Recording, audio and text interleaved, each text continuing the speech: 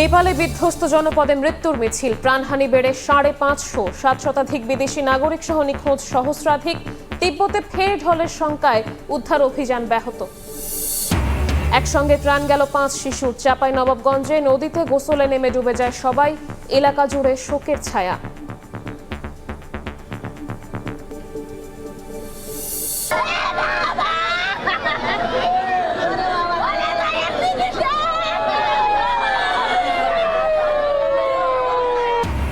Saudi আরবে নিহত 9 জনের জানাজায় মানুষের ঢল। নওগাঁয় 7 মরদেহের দাফন।